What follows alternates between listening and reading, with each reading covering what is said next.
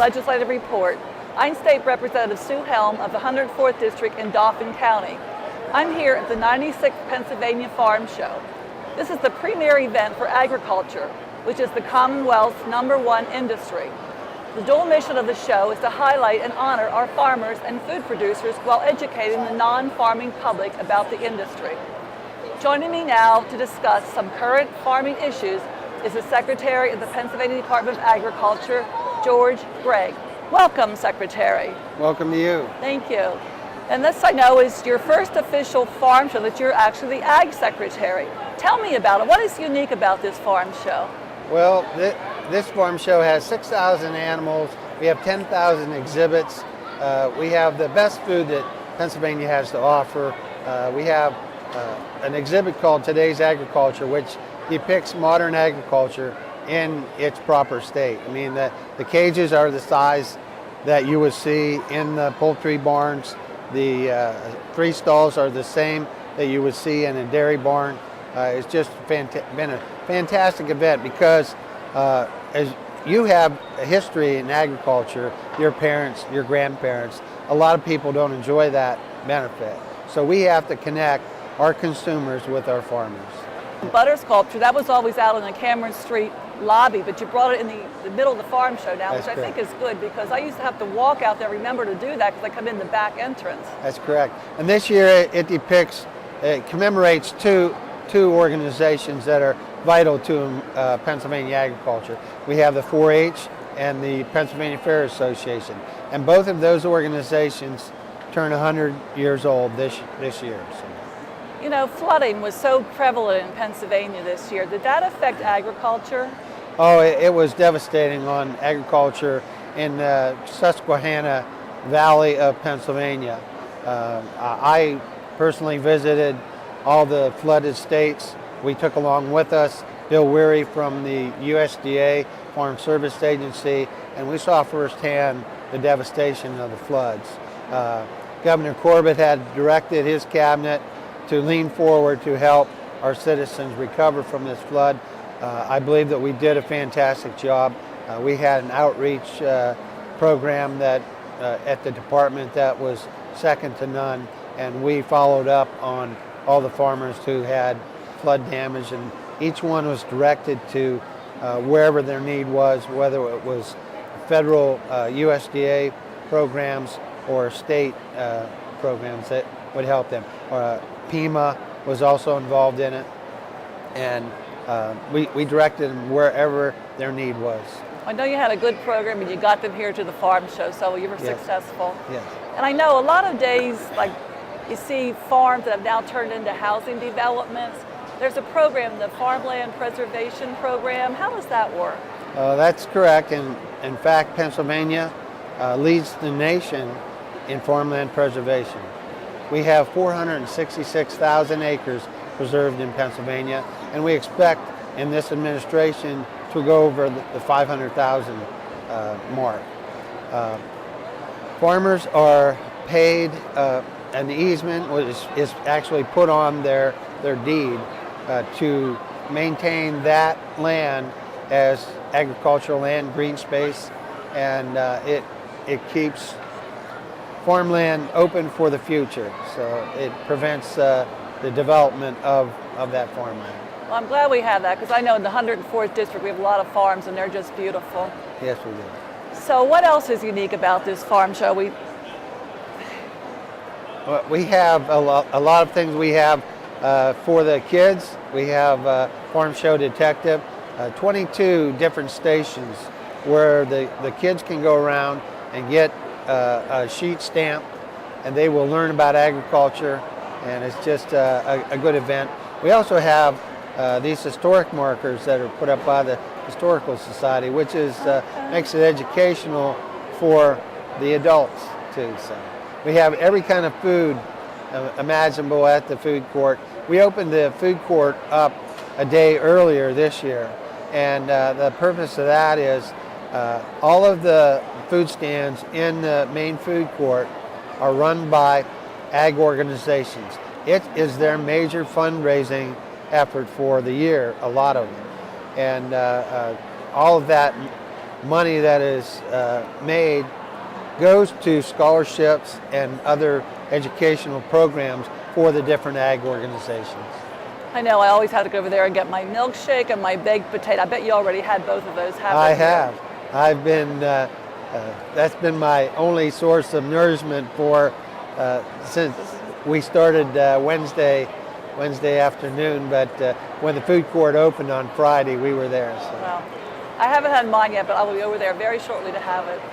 There's a movie out now called War Horse, and I bet that a lot of people are going to come to the farm show who have seen that movie, and it's going to make them more into horses. Like, tell me about the equine industry in Pennsylvania and the horses we have here at the farm show. The equine industry is a multi-million-dollar industry in Pennsylvania. Everybody seems to connect with the horses. When you look at the history of the horse, they were before the tractors, before the equipment. They were the main, that's where we get the term horsepower. And we have started a wall of fame for the draft horses and the people who have managed and worked with the draft horses. And I think it's only fitting when you look at the historic value of the draft horses, but the pleasure horses it's always popular place. So we do appreciate the equine industry. Well, as Secretary of Ag, what do you want to do this year after the farm show's over? What are you going to work on next? Well, my main thing is, ag is number one industry in Pennsylvania. My first and foremost job is to keep it number one. I've said right out of the gate that I wanted to work on marketing. Business drives Pennsylvania, business drives America, and 90% or over 90% of the mouths to feed are outside of the United States. We cannot deny, we cannot ignore that market. So we have to work on exports. We have been working on exports. I hope to expand that export of Pennsylvania products because I believe that will help to keep our farmers viable in the future and keep Pennsylvania economy in great shape. And I'm sure you'll do that. And I'm going to enjoy this farm show. What is the theme? I think it's from farm gate to dinner plate. That's correct. Great theme for a farm show. That's just an extension of what the county fair's theme was for this year. And since we're commemorating the Pennsylvania Fair Association, we decided to keep that as our theme. It's great. A lot of times people consider the Pennsylvania Farm Show the state fair. And yeah, they do. Who doesn't have fun at a fair? I mean, you've got food, you run into friends and family, and if you don't run into somebody you know at the farm show, then you don't know too many people. That's right. Well, thank you very much. I know you'll have a wonderful, successful show. Thank you. We're now at the Sheep to Shawl contest, just about ready to get started, and I'm with Christine Flanagan from Sheepsbury Farms in Halifax. And she has a team called 2 Rams, 2 Lambs, You and Me. So Christine, tell me what you're about to do. We are about to make a shawl, a finished product. We're going to take raw wool right from the sheep. We will shear it, card it, which means to comb it, hand spin it, and then it'll be woven, and then we will have a shawl. We have only 2.5 hours to complete this project. And what are you going to do first? The first thing we'll do is shear the sheep. We'll collect the wool, and then everybody will start doing some carding. That will be combing it, because when it comes off the sheep, it's just in locks, and you're not able to spin it. So as soon as it's carded, then we will hand spin it, and then it comes to the weaver, and I'm the weaver. So I will be weaving as fast as I can. As I said, there's a time limit. And I think people are so fascinated because you're taking a raw material right off of the animal and actually making it into a wearable garment right before your eyes. And we don't get to see this kind of manufacturing in today's society. Well, Christine said about a wearable garment. I am modeling one of her sheep to shawl that she made just a couple months ago. Isn't it gorgeous? So this is what the final product will look like, except this year is going to be a different color, right? Yes, we have a number of colors, blues and greens, some that are hand spun and hand dyed, and then we're going to be using a white sheep. It's a border Leicester sheep, and then we'll be weaving that, and there is actually what the shawl looks like. So and the colors will blend, and it'll be a nice shawl that you could actually wear both winter and summer. Well, Christine, let's talk to some of your team members. I've been spinning now for about 7 years. I've been in, I think, 5 sheep to shawl competitions now. I'm very excited about today.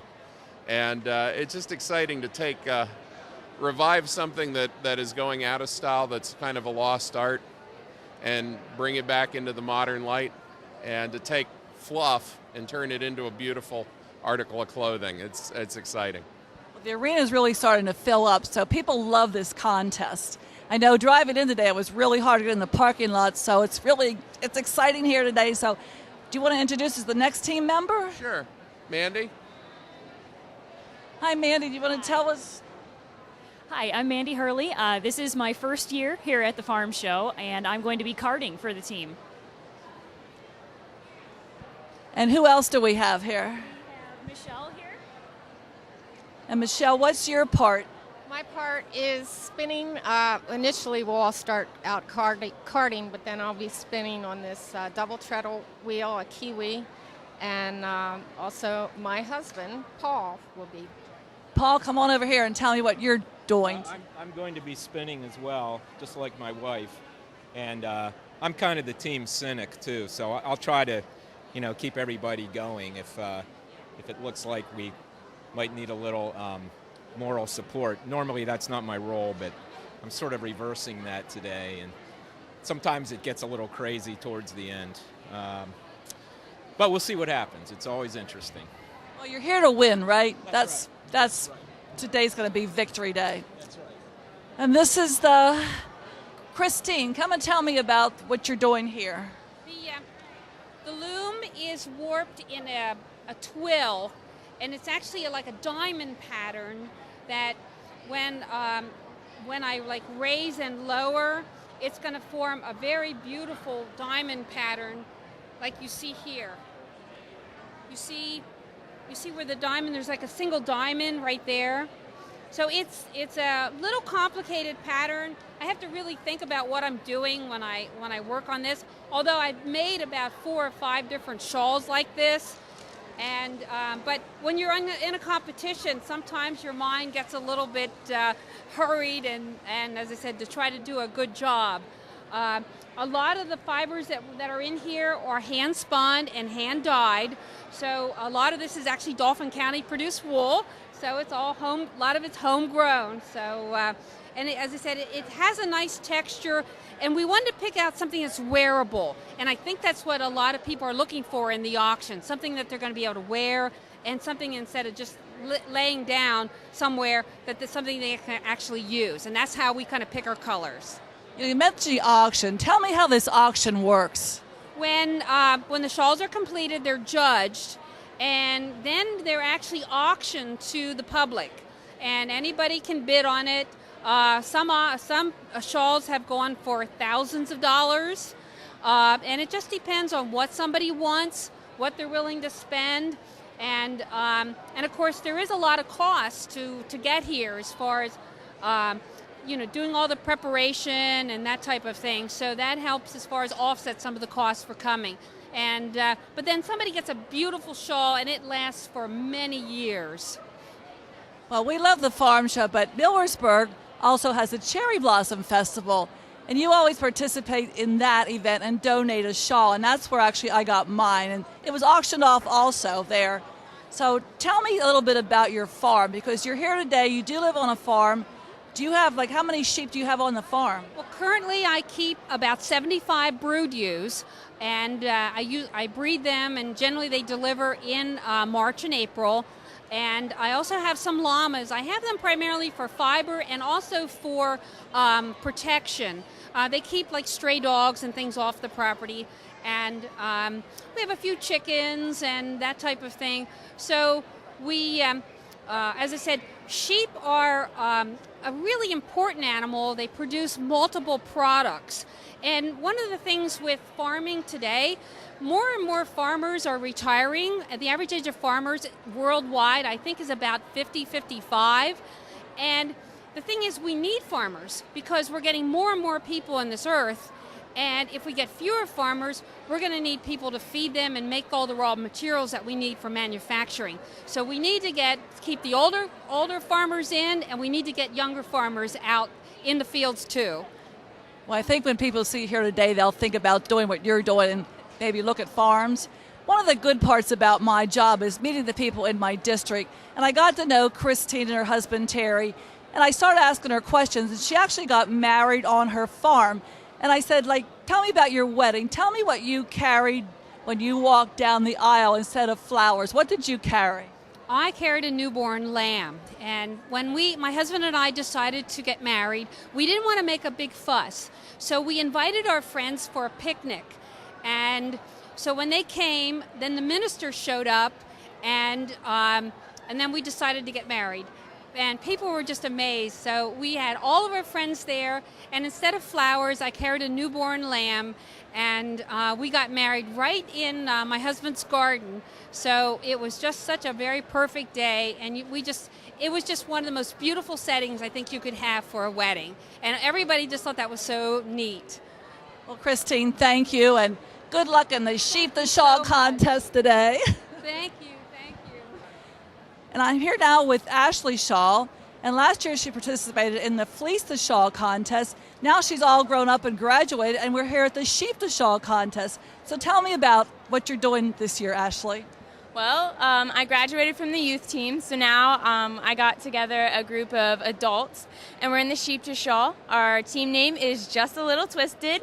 This is our first year competing, so we'll see how it goes. We're hoping just to finish, but anything more than that will be fantastic. So we're taking the wool straight from the sheep, and we're spinning it, and the spinners hand it off to me, and then I weave it into a shawl in 2.5 hours. And tell me about your loom here and your colors. And well, our theme is Spring Garden, and we just found a picture that was beautiful. It had all these flowers on it, and the colors that were in the picture were our inspiration. So we hand spun the warp yarn, which is on the loom right now, and we dyed it to match the colors that we saw in the picture. And we're using my sheep, actually. She's a Leicester Longwool. Her name is Paddle, and that's who we're going to be shearing here today and using for our weft yarn. So Paddles is your sheep. Tell me about, when did you get this sheep? I got her 2 years ago in the Youth Conservancy program at the Maryland Sheep and Wool Festival. I was the recipient for the Leicester Longwool sheep.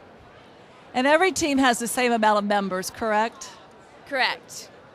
You have a little sister. She's coming along, going to be here eventually on this adult team. She's here supporting us today. She was in the youth team for the Fleece to Shawl event. They got reserve champion, and now she's in the stands cheering us on. Thank you very much, Ashley, and good luck to you. Thank you. Thank you. I'm here with Allison Carl from Halifax, Pennsylvania, and she just received a Pennsylvania State Farm Show scholarship. So Allison, tell me how you qualified for this scholarship. Well, to qualify for the scholarship, you have to be able to show a junior market animal or a breeding animal at the farm show complex. I've been showing market lambs and market goats at the farm show for 3 years now. I actually am exhibiting a market lamb and a market goat in the livestock sale today. So you're actually going to sell your animals here very shortly. Yeah. Now, how do you feel about that? In a way, it's kind of sad, but it comes to show that how much work and dedication you did with your animals. I actually purchased my animals in September, so I've raised them from September to now, and I made sure that they're fed properly and that they're of market weight.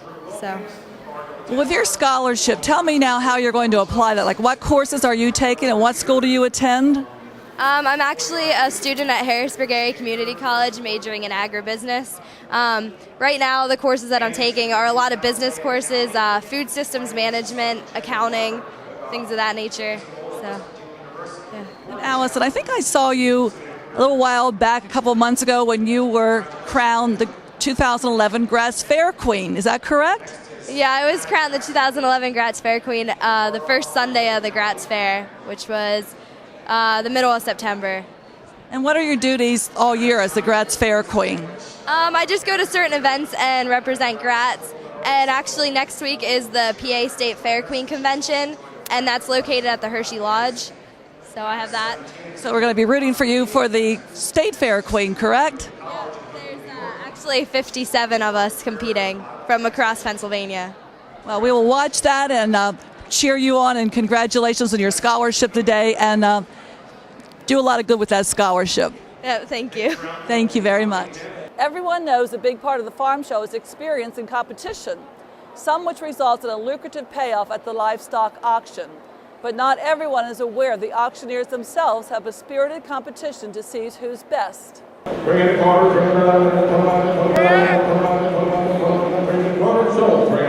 When the grand champion steer, hog, and lamb are auctioned off at the Pennsylvania Farm Show, Harry Bachman is usually the man behind the microphone. It's something he was born to do. I'd watch those auctioneers and I say, someday I'm going to do that. And then at home with my brothers, we'd be playing auction all the time in the playroom. I'd be selling the trucks, the cows, the tractors, and whatever. Bachman's stage is in the livestock sales arena, for 30 or so other licensed auctioneers battling it out to be king or queen of the callers. Their stage is 100 yards away in the banquet hall. This is a very serious deal. Go back home and you can tell everybody that you won the Pennsylvania Auctioneers Contest. When you get the cameras and the lights and everything, and in front of, like I said, the past bid calling champions, it's a big deal. The ground rules are simple. Contestants take turns auctioning off donated items to a crowd of bargain hunters and fellow bid callers. 2 preliminary rounds narrow the field to 10 finalists, and then a final showdown decides the champion. I'm contestant number 26. No names, just numbers. But that's not what gives an auctioneer his or her identity anyway. It's that voice. Some are melodious. Some are intense. Most are machine gun rapping. It's called the chant, and it's very much an individual thing. But why are all those syllables necessary anyway? The filler is what makes your chant rhythmic and gives it some flexibility. What I was taught was umbid would you give. So somebody will say umbid 1 would you give 2. And then after a while it just sounds like umbid 1 would have been 2, umbid 1 would have been 2 would have been 2. Whatever the style, the auctioneer's objectives are to be heard and understood, even when the bidding gets frenzied. I can work 1 and 2, sometimes 3 bidders, but usually you work your first 2 bidders. Whenever one of them drops out, then you'll go to another bidder. Of course, a good bid caller is expected to be knowledgeable about what he's selling and to drive the price of it as high as it'll go. We're not concerned about where we start, it's where we finish. The bid is, the high bid is established by the buyer, not the auctioneer or the seller. It's the want and desires of the audience. Among the past champions in tonight's crowd is 2003 winner Brent Souter, who briefly took the stage for an exhibition performance. Well, I started actually when I was 13, helping an auctioneer set up auctions, and through high school I aspired to do that, and coming out of high school was contacted by the Alderfer Auction Company, and they hired me, sent me to school. I apprenticed through them, and the rest is history. Souter's calling to call began in childhood. For many others, it came from family tradition. My father started the auction business after he retired from the service. And he started his own auction barn, and then he pulled me in, and I was an apprentice with him for 2 years, and then we did auctioneering as a father-daughter team. Even though only one will be judged best, all the contestants at this year's competition will use this experience to improve their skills and, in turn, their livelihood. And they're all quick to point out that showtime, as they call it, is just one part of being an auctioneer. You got to get the contracts on, you got to get your advertising in place, and then you got to come back, get pictures, get the content list, put that all into spreadsheets, get it sent out to newspapers, get it put on websites. You have to not mind crawling in dirty, dusty attics. You have to enjoy what you're doing because there's a lot of hard work involved. I just love everything about the business. I love the history behind it. I love the people behind it. There's a different story for everything that you sell. When you drive down a rural road past a barn, are you able to imagine what goes on inside? A massive display at this year's show opens the barn door and gives folks a peek at how the animals inside are cared for. From farm gate to dinner plate was the theme of this year's show. One of the best demonstrations of this theme was the Today's Agriculture display, a giant barn filled with animals. The goal was to show the care of animals in modern farming. A lot of consumers really have a misconception about how animals are raised. So we kind of wanted to open the doors to each segment. So each thing here is a snapshot of what you'd see if you went into a broiler house, a duck house, a layer house, to kind of give consumers an idea and say, hey, we're opening the doors. We want you to actually get rid of those misconceptions and to trust us. Because there's a lot of distrust there where people think, they think farms are corporately owned when the fact is most farms are actually family farms. What I think it's going to allow them to see is that they put the misnomer aside that when the animals are in these facilities that they drive by every day, that they're not, packed in like sardines, so to speak, that they're not being mistreated, that they don't have light, they don't have water, and a lot of these things that you hear out there about the mistreatments of animals and stuff. And when you look at some of the exhibits, the poultry here is a good example of it, of the automatic feeders and the waters and the heat lamps, and those are things that you would find in these modern facilities today so that we can keep the animals healthy, growing well, growing fast, so that they can put a product on the consumer's table. Volunteers from each industry fielded questions about what the animals eat, their life cycle, and the design of their pens. The crowd has been unbelievable. It's been pretty much jam-packed for the last 4 days. People are asking a lot of good questions, and they're really getting into it. I think people like seeing how animals are raised. They're making the connection that my eggs are coming from this type of system, and that's exciting for me to see. Well, that's why we kept her home from school today, to bring her down to see how things actually go from the farm to your house. I think they take care of the animals. They feed them, they take care of them. And I think they're real cute. Visitors were struck by the new techniques being used by farmers today. It's really neat seeing the way the new stuff is, how it evolved and come around. Yeah, it's pretty cool. This is pretty modern. How they're feeding their animals nowadays with the pipes and how they're getting the water to the animals. It's really nice. It's a lot cleaner, too. It's a lot cleaner. Many people are also learning that there's more to farming than meets the eye. People are amazed of the science behind agriculture. And when I tell them I go to school for it, they're kind of blown away because they don't think that, people go to school. They're really amazed that we put so much science behind agriculture. And there's a reason to what we do. I mean, we don't just do things. I mean, everything has a reason, a select reason, and it's always for the animal's benefit. Feed crops like soybeans and corn were displayed outside of the barn to demonstrate the ways of increasing yields for a society that continues to demand more food. McDonald's keeps adding restaurants, and Sheetz gas stations. They keep adding, gas stations that serve food. And these places are going to demand more food, and we got to find better ways to get it and stuff too. So through modern technologies, we found what are the best ways we can keep the animals healthier, which ways we can make the corn grow faster and more efficiently, so when it's harvested, we get the most from the production. The grain, the soybean meal, the corn all takes water, and so we've got to be efficient converters of feed into food. Sponsors of the exhibit hope that the hundreds of visitors were educated and will now think twice about the food on their plate and the local farmer who supplied it. That's all the time we have for today's program. I'm State Representative Sue Helm. As you've watched this profile of the 96th Pennsylvania Farm Show, I hope you've gained a greater appreciation for agriculture and its importance to our Commonwealth. If you have any questions about today's program or any state government matter, please contact me at my local office. The address and number will be shown in a moment. Thanks for watching, and please join me next time for another edition of Legislative Report.